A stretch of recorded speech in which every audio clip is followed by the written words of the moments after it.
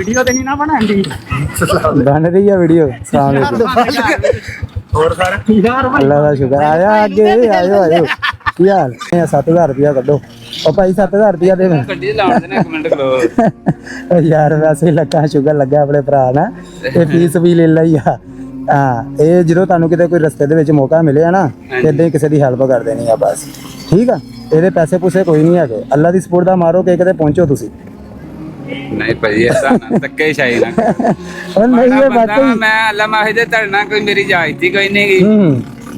ਉਹ ਮੈਂ ਤੁਹਾਨੂੰ ਦੇਖਿਆ ਕਿ ਤੁਸੀਂ ਜਾ ਰਹੇ ਪੈਦਲ ਮੈਂ ਇਸ ਤੋਂ ਤੁਹਾਨੂੰ ਦਿੱਤਾ ਤੇਲ ਬਸ ਇਹਦੇ ਕੋਈ ਪੈਸੇ ਨਹੀਂ ਹੈਗੇ ਨਹੀਂ ਭਾਈ ਉਹ ਨਹੀਂ ਕੋਈ ਪੈਸੇ ਨਹੀਂ ਇਹ ਸਿਰਫ ਦੁਆ ਵਾ ਉਹ ਤੁਸੀਂ ਦੇਣੀ ਆ ਅੱਲਾ ਸੋਹਣਾ ਤੈਨੂੰ ਖੈਰ ਕਰੇਗਾ ਤੇ ਤੇ ਰਹਿਮਤ ਕਰ ਦੇਗਾ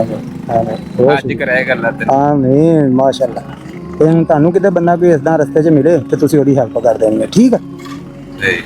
ਚਲੋ ਅੱਲਾ ਦੀ ਸਪੋਰਟ ਮਾਰੋ ਕਿ ਕਿਹਨੂੰ ਹੁਣ ਓਏ ਫ੍ਰੀ ਆ ਇਹ ਭਾਈ ਇਦਾਂ ਨਾ ਉਹ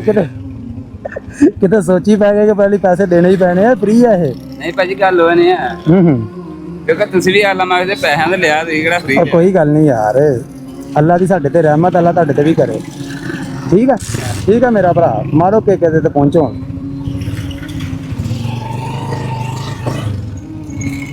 ਵੀਡੀਓ ਤੇ ਨਹੀਂ ਨਾ ਬਣਾਉਂਦੀ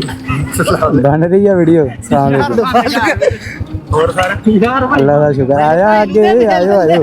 ਕੀ ਹਾਲ ਠੀਕ ਆ ਹੋਰ ਜਨਾਬ ਯਾਰ ਭਾਈ ਤੁਸੀਂ ਉਹੀ ਜਿਹੜੇ ਟਿਕਟੌਕ ਤੇ ਹੈ ਹਾਂ ਆਇਆ ਕਿ ਯਾਰ ਅੱਗੇ ਆ ਮੁੰਡਾ ਤਾਂ ਡਰੀ ਜਾਂਦਾ ਰਿਕਾਰਡਿੰਗ ਬੰਦ ਕਰਤੀ ਲਾ ਵੈਸੇ ਤੁਹਾਨੂੰ ਅੱਛਾ ਰਿਕਾਰਡਿੰਗ ਬੰਦ ਯਾਰ ਕਰ ਭਾਈ ਬਹੁਤ ਯਾਰ ਅੱਛਾ ਕੰਮ ਕਰ